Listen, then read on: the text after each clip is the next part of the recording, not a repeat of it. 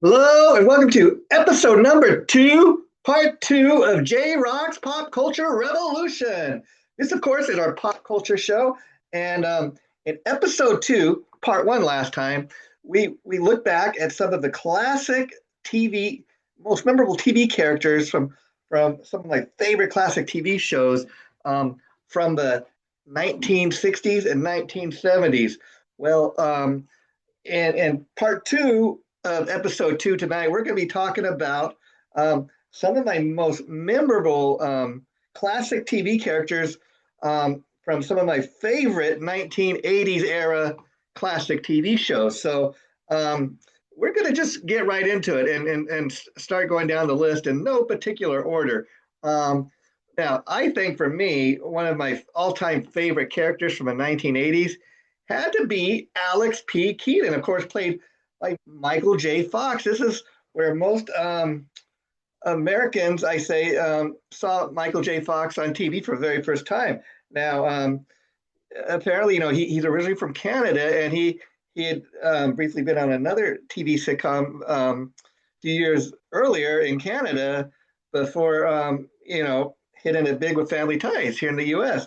Now, of course, Alex P. Keaton. Now let's talk about why he is such a great character. One of my all-time favorites.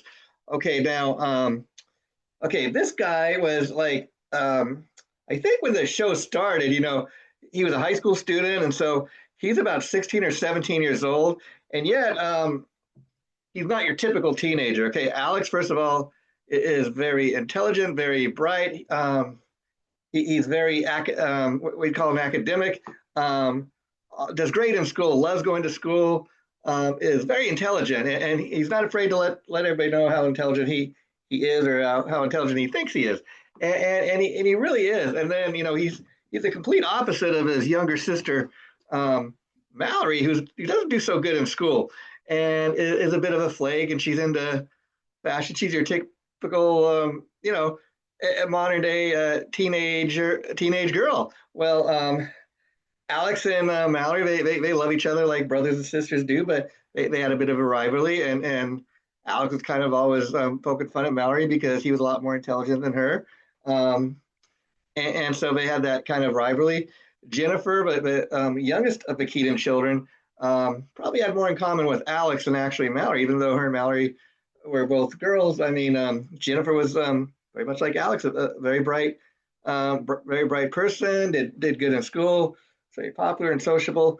But Alex P. Keaton, okay, again, not done talking about him just yet because Alex again was not your typical teenage boy. Okay, I mean, 16 or 17, he liked girls, yes, but he went everywhere, including school, dressed up in a suit and tie. Okay, that was just part of the appeal of Alex P. Keaton. He's not your everyday typical teenager going everywhere in a suit and tie. I mean, it wasn't too often that you see him dressed down in a t-shirt. There's maybe one or two episodes where we actually seen that. For the most part, the guy is dressed up in a suit and tie everywhere he goes, and he's of course the offspring of his parents, Elise and Stephen Keaton, who are like bleeding heart liberals from the 1960s. Alex, on the other hand, is quite the opposite of his parents. Even though when this series starts, he's 16 or 17, hasn't been able to obviously vote because you can't vote till you're 18. But throughout the entire history of that show, Family Ties, Alex is a self-proclaimed Republican. Very proud of it. He this was the back in the 1980s. If you were a Republican, you didn't have too many heroes, but Alex P. Keaton, he represented the young Republicans of the 1980s, and I don't know that was something he intended to do, but definitely something he accomplished with that character of Alex P. Keaton. Ask anybody, and they'll tell you Alex was living, breathing Republican, and very proud of it. Alex's biggest, I guess, kind of thing that he wrestled with was his two favorite presidents were Richard Nixon and Ronald Reagan. He just didn't know which one he actually liked best, but he and then also there was an episode where he voted for George Bush Sr. And so in all these episodes, Alex was very vocal about politics and stuff. In fact, probably one of the most funniest episodes of Family Ties that I urge you guys to check out is in one of the very early seasons. Again, Alex at this point is still going to high school, and like most young-blooded American teenage boys, in this one particular episode, he falls in love. There's this girl that he's crazy about, would do anything to go out with. Well, he finds out that she is the complete, opposite of him. And so, like, again, like most young teenage boys, at that age, he kind of decides, I'm going to do anything I can to get this girl to notice me, to get to hang out with her. And so this girl in this episode, I think her name was Dina. The character's name was Dina, the girl that he liked. And she was all for the ERA, Equal Rights Amendment. Well, as you can imagine, Alex didn't really go, he wasn't really in favor of the ERA, but he pretended to be just to get with this girl. And by the end of the episode, it blows up in his face. She finds out that he was just lying. But the episode was just, it was hilarious. And it's because of who Alex P. Keaton, deep down, he's really a good guy. He loves his family. He's good with his friends. He's he comes off very confident guy, very sometimes at times cocky, but sometimes like all of us, he struggled with doing the right thing versus the wrong thing. But like in all these 1980s sitcoms, by the end of an episode, there would be some moral to the story. We'd learn some lesson by the end of the episode, and by the end of these episodes, because Michael J. Fox's character of Alex P. Keaton was a breakout character. He became a breakout star of Family Ties. I mean, the show originally was supposed to center around the parents, Steve and Elise, but Michael J. Fox's character of Alex P. Keaton was such a hit. It hit so immediately that he was the star of that show. That was not something that was planned. It was very much like what happened with Henry Winkler and Happy Days. We talked about that in some of our past episodes, where originally, Happy Days was centered around Ron Howard. After being a child star on the Andy Griffith Show, at that point he's almost grown up. He's a teenager. When Happy Days starts, and so again, Happy Days is supposed to be centered around Ron Howard, but Henry Winkler, no doubt, was the breakout star. So, okay, now moving on to next on the list of some of my favorite characters from the 1980s era of classic TV shows. Well, Cliff Huxtable, of course, and Cliff Huxtable was played by Bill Cosby. Now, Bill Cosby at that point, he was a legendary, in the 1980s, he was a legendary comedian and actor. He'd come up, I believe, in the 1950s in some of the comedy clubs. That's how he was first discovered. He did a lot of stand-up comedy. And then, of course, in the 1970s, we saw Bill Cosby on TV when he was doing Fat Albert. He was also in the 1970s on TV in the series I Spy. But so by the time the Cosby Show hits TVs in the 1980s, this is kind of Bill Cosby's comeback. First time he's been on TV in years. And it was a very successful run. Now, if you look back on the history of TV, okay, like Good Times, and again, that's a classic TV show that I just love from the 1970s. Eventually, we're going to do an episode on Good Times, but in the meantime, the thing with Good Times, it was the first kind of TV show that took place in the Chicago projects. Got to kind of see what that struggle was like for a Black family that lived in the projects at the time. And the thing that Esther Roll, who the show was originally centered around, because let's not forget that Good Times was a spinoff from Maude. Of course, Florida Evans and Maude played the role of a maid, and Good Times is basically Florida Evans' life with her family. Now, Esther Roll was very, she really insisted on the fact that she wanted to have a whole family, not just a single. She didn't want to just be the single, um, you know, head of a family where she's a single mother or something like that. So she insisted that the producers create a husband, James Evans Sr.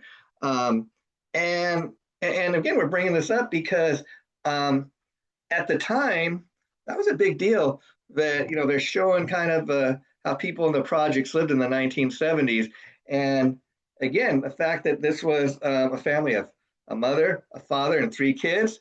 I mean, that kind of showed the struggle of what these families went through in the 1970s, and so it was a very real thing that people were finally getting to kind of see on TV.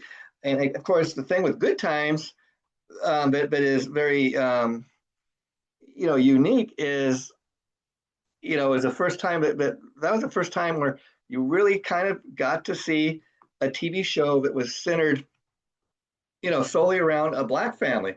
Now, by the time we get the Cosby Show in the 1980s, okay, the Cosby Show is pretty much the complete kind of opposite um, thing than Good Times. Okay, because Cliff Huxtable in the Cosby Show, he's not struggling. He's not living in the Chicago projects or anything.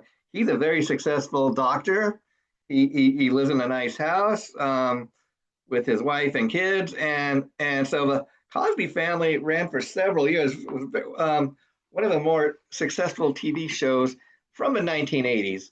Now, of course, Bill Cosby years later had his scandal that came out, and unfortunately, a lot of the streaming services stopped running the Cosby Show. A lot of these stations that used to run reruns of the Cosby Show, they don't, because of Bill Cosby's little controversy, scandal that he was involved with. We're not going to get into that right now because I think a lot of you know what I'm talking about. But it affected the other actors on the shows, being able to make residuals or whatever they got from the reruns because of Mr. Cosby's controversy. Many stations stopped playing the Cosby Show, but during this time, the Cosby Show was a very successful show, and people liked it because it's probably the second time in the history of TV where you got to see that not every black family was poor. Not people, especially African Americans, they love the fact that, like, oh wow, okay, they're finally showing that yeah, it is possible that a black guy could be a doctor, and a black family could be successful and live in a nice house. And so for that reason alone, I think that's one thing that people really liked about the Cosby Show. Now, again, the only time in history before the Cosby Show where you've seen that happen was on the Jeffersons. And let's not forget that the Jeffersons definitely predate the Cosby Show because the Jeffersons, let's not forget, was a spinoff of All in the Family. And again, the Jeffersons was unique because, again, they were a spinoff of All in the Family. That's where George and Louise and Lionel originally appeared on an episode of All in the Family, and then they started appearing in several episodes of All in the Family as the neighbors, and what their interactions with Archie and Edith were. And so back then the Jeffersons were kind of struggling. They were living kind of um, you know um, a modern day kind of house, and they weren't dirt poor, but they were not living in an very nice Manhattan apartment, like they did when they spun off to the Jeffersons. That's kind of like, okay, George has made it. He's after all these years of struggling and working hard, he finally got to the point where he found success. He was rich now, and so that was the first time that happened on TV. Now, Cliff Huxtable was we assume that because he's a doctor, that he never had to struggle. So again, that's why the Cosby Show was so funny. And of course, Bill Cosby, you can watch any of those old episodes of the Cosby Show, and he was just a funny guy. There's no denying, um, those jokes and everything he said, all his lines. He was a funny guy. It was a great ensemble cast, and you watch those episodes and you really kind of believe that they could be a family, you know? And so that's what made the Cosby Show so special. Um, okay, now let's talk about Roseanne and Dan Connor, of course, from the show Roseanne. Now, of course, we got to remember Roseanne came years after Married with Children. Now, what people originally loved about Married with Children is Peg and Al Bundy. They're kind of like these kind of people that don't care too much about life. They're kind of selfish. They don't really care too much about other people. They just worry about what they need. And their offspring, Kelly and Bud, are kind of equally as kind of just the same as their parents, just kind of younger versions of the parents. And again, talking about Married with Children, Al and Peg Bundy, they and it's kind of you go you see the house is a mess. They Peg and Al, they seem like they don't, they're married, they've been together for years. You almost think sometimes that maybe it's a loveless marriage. They talk crap about each other, but deep down, they, like most married couples, they love each other. Now, Roseanne and Dan Connor on Roseanne, move ahead maybe 10 years later when Roseanne premieres. And a lot of people loved Roseanne because they were rude, they were crude. I mean, it was everyday people. It wasn't really quite the Brady Bunch where, Mike Brady tells Greg, well, son, as long as you know what you did is wrong, that's punishment enough. No, Dan and Roseanne Connor, they deep down they loved each other, they loved their family, but it was a madhouse. It was a crazy house. The house was a mess. Dan Connor had his crazy in-laws and his crazy sister-in-law Jackie coming over and sticking their nose in, in their affairs and their arguments and getting involved in stuff that you probably wish they would have stayed out of. But it really, people loved Roseanne for the simple fact that it was one of the first times where you had a show that really kind of like everyday people. They weren't they weren't characters that put on airs. They didn't they weren't snooty. They didn't think they were better, and they just wanted to get through life. And of course, Roseanne and Dan, like a lot of great characters on TV at the time, they have all these great get rich schemes, and deep down they love each other, and they motivate each other, they argue and everything. But it was Roseanne. What I loved about it, it was like they weren't afraid to get dirty and be themselves. They were everyday people. They didn't put on any airs, and that's what made the show so real. Okay, Alf was another one of my favorite characters from 1980s. Now, Alf, of course, stands for alien life form. It's a beautiful kind of cute furry creature with a long nose, comes from the planet Melmac and eats cats. And so the cat of the family, Fluffy, they have to constantly hide so Alf doesn't eat. But he just appears one day, and then the neighbors and people think they see this alien type thing, and the family constantly is hiding him and making up stories. And it was a unique show because it actually Alf was this puppet, and so the show centered around this puppet.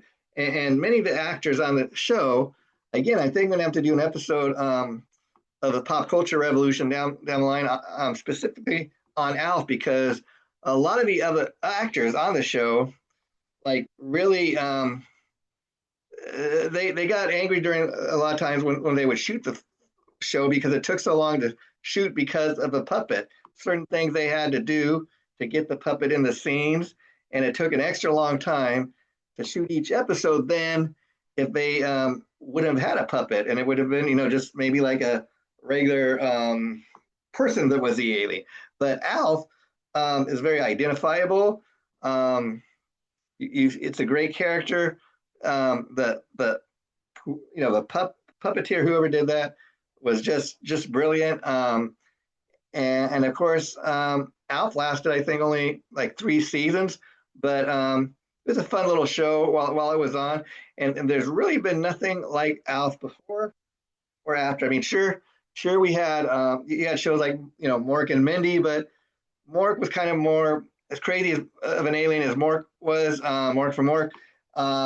He was kind of more human-like. Now that was the thing with Al. You weren't kind of really sure what he was.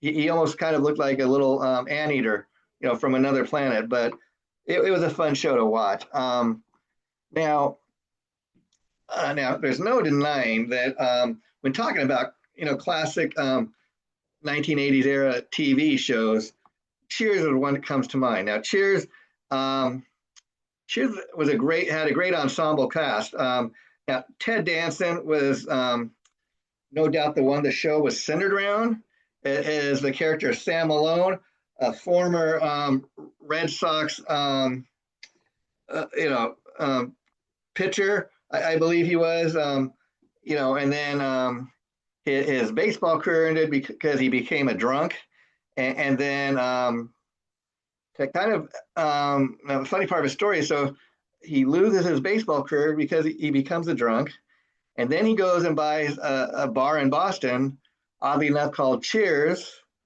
and eventually he buys the bar, but he stays off the sauce. Quits drinking for several years, um, and then all throughout the show's history, the fact that Sam was a former alcoholic and baseball player constantly comes up. Now, Sam Malone, of course, fancies himself a real ladies' man, and he's always talking about how he's always scoring, and his all the guys in the bar that come and hang out. Sam is their hero, kind of very much like the Fonz was the local hero, let's say, on happy days to all those kids. Sam Malone, these other guys lived through. He was their hero. They wanted to believe that he was um, making it with all the chicks and scoring all the time, because these other guys, they definitely were not living that life. So they wanted to believe somebody else was, and they loved hearing Sam's wild tales. Now, of course, when the show first started, the other star on the show was Shelley Long, and she played Sam's love interest, um, waitress Diane Chambers. Now, Diane Chambers was a complete opposite of Sam Malone. She thought she could control him.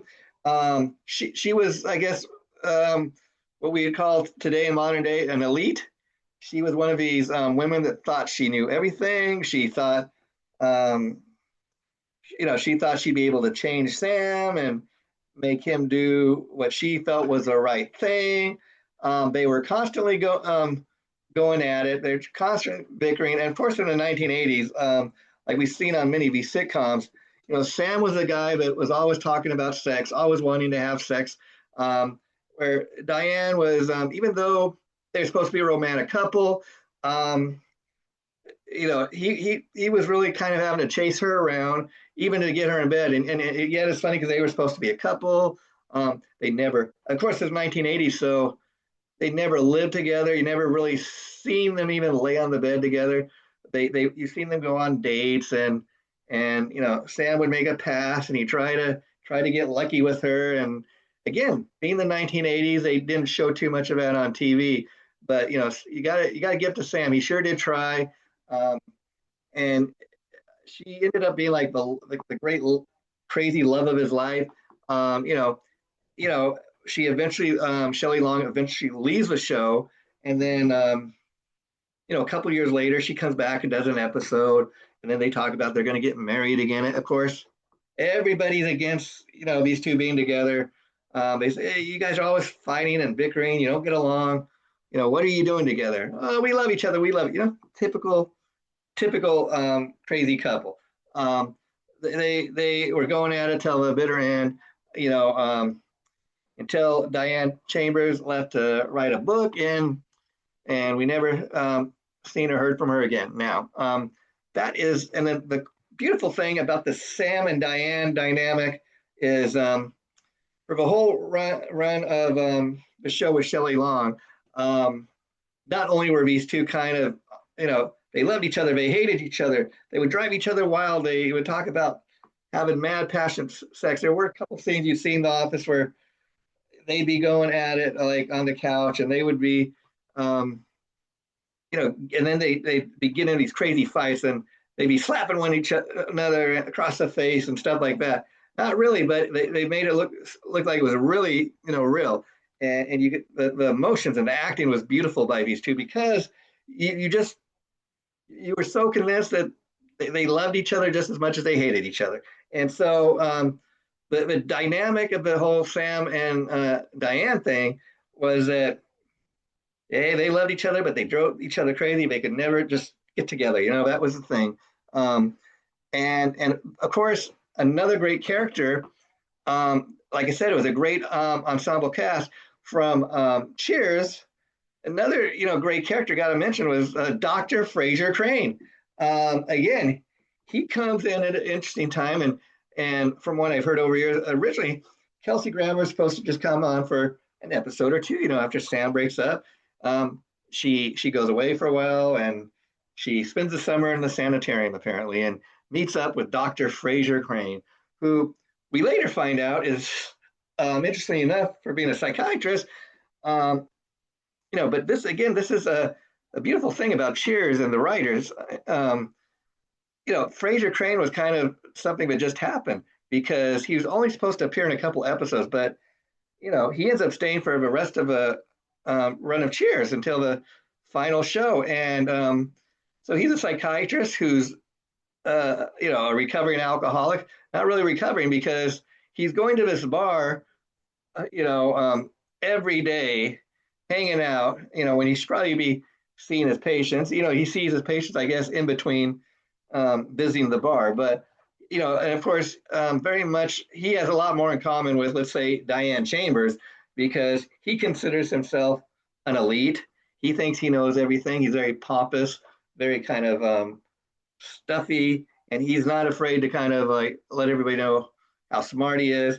And then by the end of the series, Fraser Crane gets married to another psychiatrist, Dr. Lilith Sternen Crane. And again, Fraser, I got to bring up because he was not just on Cheers, but because of how successful the Fraser character was. Fraser eventually, after Cheers, got his own series, Frasier, and it was definitely still based on the character Frasier Crane. But then they take Frasier Crane, give him his own series, they move him to Seattle, where I guess Frasier's originally from, and we see Frasier with a father now, a brother, a housekeeper, um, and Frasier, the series, is based around Frasier and his family, living in Seattle. Frasier now is he's still a psychiatrist, but he's giving out his pompous advice to radio listeners because now he's one of those practicing psychiatrists on the radio. So that's kind of fun. Another one of my favorite characters from Cheers has to be Cliff Clavin. Another not really snooty, but he's a real know-it-all. He's one of those guys who he thinks he knows it all. He's got all these wild and crazy stories. He goes on and on and on, telling people all these little interesting, unique facts, that he thinks so interesting. And he thinks Cliff Clavin is like a living, breathing encyclopedia. He'll tell you everything that he thinks he knows, okay? And he's a mailman, so that adds to his unique character because he talks about how he's a mailman and he works for a postal service and he's proud of that and he serves his country and all this and just all this pompous kind of crazy talk. But I really love Cliff Clavin. He I don't know that I'd want to be sitting next to him on the bar stool every night, but he has some great stories to tell. So I always loved Cliff Clavin, and I felt sorry for him because like some other characters they would kind of rag on him and joke like Cliff was often the butt of a joke, and many times I don't know if he even knew he was the butt of a joke, but that's another thing that made the character so fun. And probably the final one from Cheers would have to be Norm Peterson. Every time he'd walk in the room, Norm, and then Diane would say, Norman. Again, Diane Chambers just happened to be different than everybody else. She could not just cut loose and call him Norman. So that was the characters that I really think were really noteworthy from Cheers. Now, I think Golden Girls, that was another great ensemble cast. Now, what made that cast so interesting is it had a lot of veteran TV actresses. Again, Golden Girls kind of comes out in 1985, and it has many stars. Okay, probably of course, Dorothy Spornak, who was played by B. Arthur. I mean, many of us knew B. Arthur as Maud in the 1970s. Dorothy Spornak is very much kind of a rude and crude Spitfire, very much in the spirit of Maud Finley, but Dorothy Spornak is a totally different character. And so they had a character that was very much Maud-like, but the Golden Girls, okay, are these three older ladies that all move into, Blanche is a widow and she lost her husband and she wants to keep her house, but she can't afford to keep the house unless she rents the other rooms in the house out to these other ladies. And Dorothy's one that's going to rent a room. And then also Rose Nyland, who is a farm girl. We hear all her crazy stories about, throughout the series of her growing up in St. Olaf, has all those crazy stories. And then Dorothy's mother, Sophia, who Dorothy years earlier put in a home, Shady Pines. Now, Shady Pines burns down early on in the series, and then Sophia has to move in with these other girls. So these four older women are living together.